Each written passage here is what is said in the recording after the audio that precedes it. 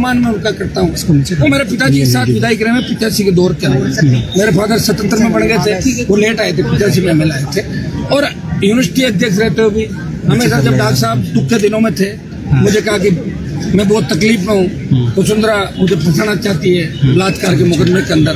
एक वो टंकी का मामला था सूरवाल के अंदर, सीबीआई पकड़ लेगी, आप राजस्थान में ऐसा कुछ करो, खाली मीणाओं से कुछ नहीं होगा। और मैं लड़ रहा था राजस्थान में, तीसरे मोर्चे की बात भी हम कर रहे थे और हमने लड़ाई लड़ी। लेकिन बीकानेर, बाड़मेर और नागौर की रैलियों के अंदर डॉक्टर साहब आए और उसके बाद छू मंतर हो गए और हमेशा मुझे कहते थे कि वसुंधरा ऐसी है, इसकी मम्मी ऐसी है, इसका परिवार ऐसा है। क्या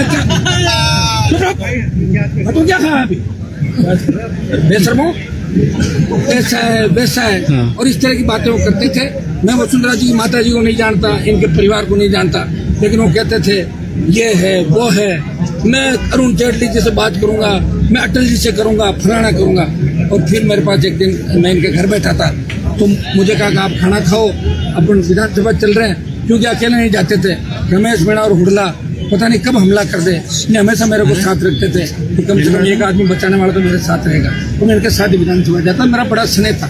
लेकिन अचानक फोन आया कि आप तो विधानसभा चलो, मैं कहीं जाके आ रहा हूँ। और आधा घंटा बाद पता लगा कि वसुंधरा के कदमों में पड़े हुए थे और भारतीय जनता पार्टी ज्वाइन की। कहाँ गया थर्ड मोर्चा, कहाँ गई नई पार्टी? गोगुंदा के अंदर एक पार्टी बनाने की बात करी और जब पर्दा खोला मैंने कहा डॉक्टर साहब ये तो संगमा जी की पार्टी है, अगाथा बैठी थी कार्यक्रम में। मैंने कहा मैं नहीं हूँ आपके साथ, तो मैं यहाँ नाराज होकर आ गया। मैंने कहा पार्टी बनानी चाहिए, आप क्यों धोखा दे रहे हो? बोले तुम समझा करो, मीणा तो मेरे साथ है ही, मैं आदिवासियों को बरगला के भोड़े बड़े, इनको भी आदिवासी पार्टी के नाम से साथ ले लूंगा। और इनको पता लगा हनुमान कुछ बोल नहीं दे। सुबह 5 बजे मेरे घर आ गए एमएलए क्वार्टर, और आप कुछ बयान मत देना, आप जहाँ चाहे रहो, लेकिन मुझे अब इसी से काम चलाना पड़ेगा। मेरा संगमा जी से और दूसरे लोगों से कमिटमेंट हो गया, मेरा सौदा तय हो गया जो होना था। और उन्होंने पार्टी नहीं बनाई, राजस्थान की जनता की आंखों में धूल झोंकी, और 66 साल बाद पार्टी अगर बनाई, हनुमान बेनीवाल ने बनाई, मेरी इनसे कोई नाराजगी भी नहीं थी। लेकिन आज का जो उनका व्यवहार था उससे मैं आहत हूँ। किस तरह तू तड़के से बात की। डॉक्टर साहब 4-5 जिलों के नेता है, वो राजस्थान के नेता नहीं। और हनुमान बेनीवाल पूरे देश के अंदर सम्मान के साथ नाम लिया जाता है। हनुमान बेनीवाल किसान आंदोलन के अंदर जब डॉक्टर साहब कह रहे थे कि आतंकी बैठे हैं बॉर्डर पे, मोदी जी अच्छा बिल लाए, तब मैं लड़ रहा था कि बिल अच्छे नहीं है, किसान बिल वापिस होने चाहिए। और अग्निवीर आया तभी अग्निवीर का समर्थन करा। पहलवान बेटियों के लिए बोले कि ये तो लड़कियां ऐसी है पहलवान बेटियां, मैं गया उनको न्याय दिलाने, हमेशा मैं लड़ता रहा। लेकिन आज मैं आहत हुआ कि जिस तरह की भाषा का इन्होंने दुरुपयोग प्रयोग किया। देखिए डॉक्टर साहब से ज्यादा मैं लड़ाका हूँ, मैं भी चाहता था ऐसी भाषा का प्रयोग कर सकता था, लेकिन मुझे मेरी जो आज राजस्थान के अंदर मैं पार्टी चला रहा हूँ, मुझे इन बातों का ध्यान रखना पड़ता है। और मेरे उनके जो लंबे रिश्ते थे उनको भी मैंने निभाया, मैं आप कर रहा था, लेकिन वो बड़ी पंचायती में कूद पड़े, उनका क्या लेना देना? कौन भजनलाल जी उनको पूछ रहे हैं? उन्होंने जब इस्तीफा दिया तब एक ट्वीट किया था, रघुकुल रीत सदा चली आई, प्राण जाए पर वचन न जाए। तो इस्तीफा तो वापिस ले लिया। तो एक हिसाब से इनको प्राण त्याग देना चाहिए। अब तो कह रहे हैं कि मैं इस्तीफा मेरी बात सुनो, प्राण त्याग देना चाहिए। प्राण त्याग देना चाहिए, प्राण वो नहीं त्याग सकते।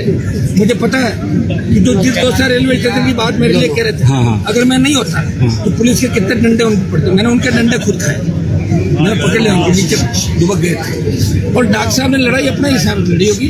और हनुमान बेनीवाल की लड़ाई का भी इतिहास है, कभी कोई लड़ाई में हारा नहीं। और डॉक्टर साहब हर आंदोलन के अंदर क्या करते हैं? आंदोलन करते हैं, उसके बाद लोगों को ब्लैकमेल करते हैं, अपना काम सीधा करते हैं। ये टिका देख लो, जो सोने के बिस्कुट हुए उसमें कहा कैसे लड़ रहा है ये वो करके ब्लैकमेल करके 5 करोड़ ले लिए। सुन लो मेरी बात, 5 करोड़ इसके अंदर ले लिए। मेरे जोशी के जो पार्टनर का मामला था, जिस तरह वो मीणा समाज की मौत हुई, 2 करोड़ रुपए ले लिए कि मैं उठूंगा। जब दिलाने वाला बीजेपी का नेता था, 50 लाख उसको दे दिए, 1.5 करोड़ जेब में रख लिए।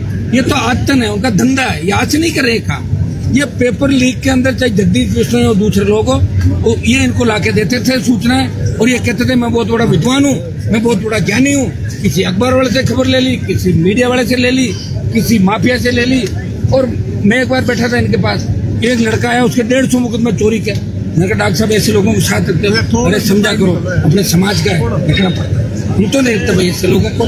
तो बार बार कहते हैं कि आरएलपी पार्टी की पोल खोलूंगा। आरएलपी पार्टी तो मैं ही हूँ, खाली पार्टी तो बंद कर दी मैंने, किसी पोल खोलूंगा। और अभी कोई आपको बेईमान दिख रहा है, मुझे बता दें, मैं तुरंत उसको निकाल दूंगा। लेकिन आपकी तरह ऐसे नहीं हो कि भजन लाल के खिलाफ दिन भर गाली गलौज करना। 2 साल में मैं भजन लाल के साथ खड़ा नहीं होगा। भाई को टिकट दिला दी, अगर खास साथ हो जाते, भाई नहीं हारता, भाई परेशान है कि मुझे हरा दिया इन्होंने, और अब भजन लाल के साथ हेलीकॉप्टर में घूम रहे हैं। बताओ, अरे अपनी बात पे तो रहो। 70 साल उम्र हो गई, सुनिए उसका जवाब भी कर दूंगा। 70 साल उम्र हो गई, 2, 5, 7, 10, 15, 20 साल जितना भगवान करे, हम तो चाहते हैं कि आप सीएम बनो। 100 साल की उम्र आपकी हो, लेकिन इस तरह बोखलाहट में, हाँ ये सही है कि आपका स्वास्थ्य से नहीं 18-20 गोली दिन की लेते हैं, तो साथ रहा 18-20 टेबलेट लेते हैं। इनको योग प्राणायाम करना चाहिए। ये सिर्फ पॉपुलरिटी के लिए कि क्रेडिट हनुमान बेनीवाल को आरएलपी को जा रहा है, इसलिए मैं कूद पड़ू, चाहे मुझे अभद्र भाषा का प्रयोग करना पड़े। बताओ, मैंने कुछ भी नहीं बोला, आप देखना जो ऑडियो बेस हो गई थी, किस तरह भाषा का प्रयोग कर रहे थे। ये इसलिए कर रहे थे वो फोन पे थे, मेरे सामने होते तो ऐसा नहीं करते। उनको पता था कि फोन में तो निकलने से आने से रहा, बोल दो जो बोलना, फिर बंद कर लेंगे। लेकिन मैंने संयमित तरीके से बात कही, और जो उन्होंने आरोप अपने घर पे लगाए, आप एक एक करके मुझे बता दें, मैं उनका जवाब दे। स्मृता चौधरी वाला क्या मामला बता रहे हैं कि मुझे नहीं पता। सुनो, मुझे पता इसलिए नहीं है कि 2008 में तो रेवतराम डांगा और उमेदराम भी मेरे साथ थे 8-13 के। अभी वो बीजेपी कांग्रेस के अंदर चले गए। स्पर्धा ने चुनाव लड़ा फुलेरा से 18 के अंदर, और नेता प्रतिपक्ष रमेश टूडी और कई लोग चाहते थे चुनाव लड़े। मेरे संबंध अच्छे थे इन लोगों से, तो ये भी सब लोगों की इच्छा थी। मैंने चुनाव लड़ाया, पार्टी का प्रदेश देखी बनाया मैंने महिला मोर्चा का। उसके बाद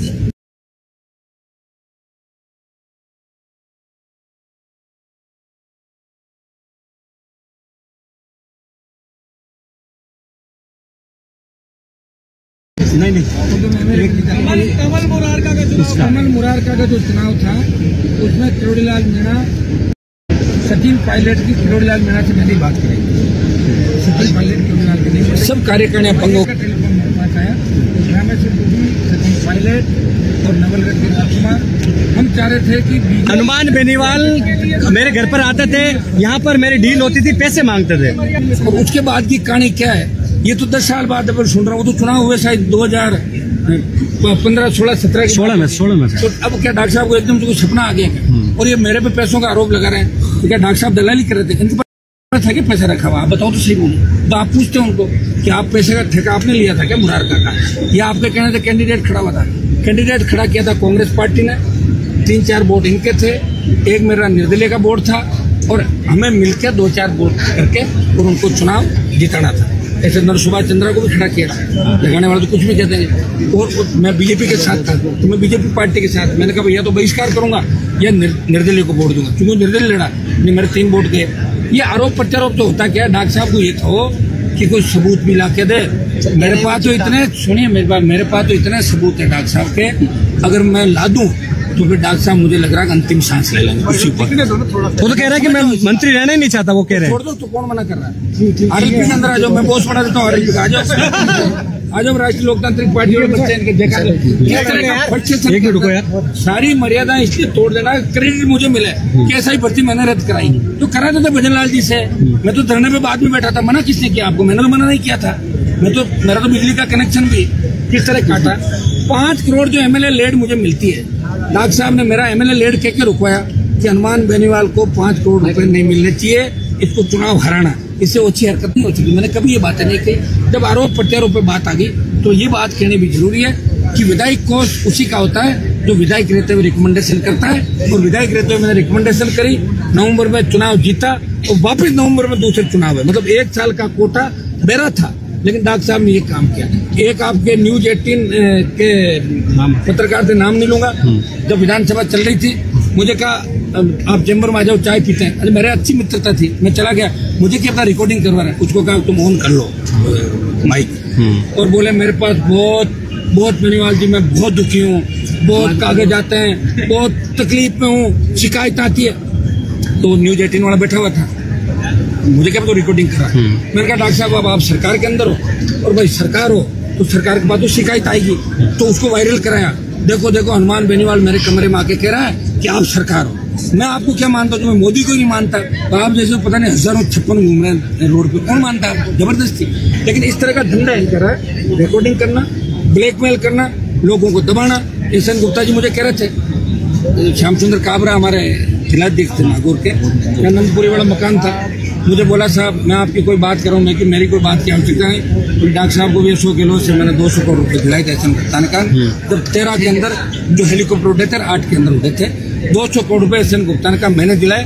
श्याम सुंदर काबरा मेयर एसएन गुप्ता तीनों थे। तो डॉक्टर साहब उसका जवाब दे दे कि 100 किलो से पैसा लेके किसको दिया आप बताओ, हेलीकॉप्टर उसी का उड़ाया था क्या आपने? ऐसा ही भर्ती आपस में दोनों नेताओं के पर्सनली हो गई, उनका क्या मतलब, वो कहा ऐसा ही भर्ती में, वो तो भजनलाल के नौकरी कर रहे हैं, हम लड़ रहे हैं ना सड़क पे। ये डीजे बजाए ना, देखा नहीं आपके सामने बज रहा है। ऐसा ही भर्ती का मुख्य सूत्रधार कौन है? इस रेट के आगे डीजे बजे थे क्या पहले कभी? अंतिम सवाल है, क्या एसआई भर्ती का आंदोलन आज खत्म हो गया सफलता के साथ? सफलता के साथ भर्ती का आंदोलन सफल हो गया और आवश्यकता पड़ी तो वापस शुरू हो जाएगा सड़कों। हमें कौन रोक रहा है? सड़कें हमारी, नौजवान हमारा, पूरा देश हमारा, और हमारा कोई आला कमान नहीं, हमारे आला कमान नौजवान और किसान है। डॉक्टर साहब ने पूरी पंचायत को छेड़ दिया बिना बात के, भारी पड़ेगी राजस्थान।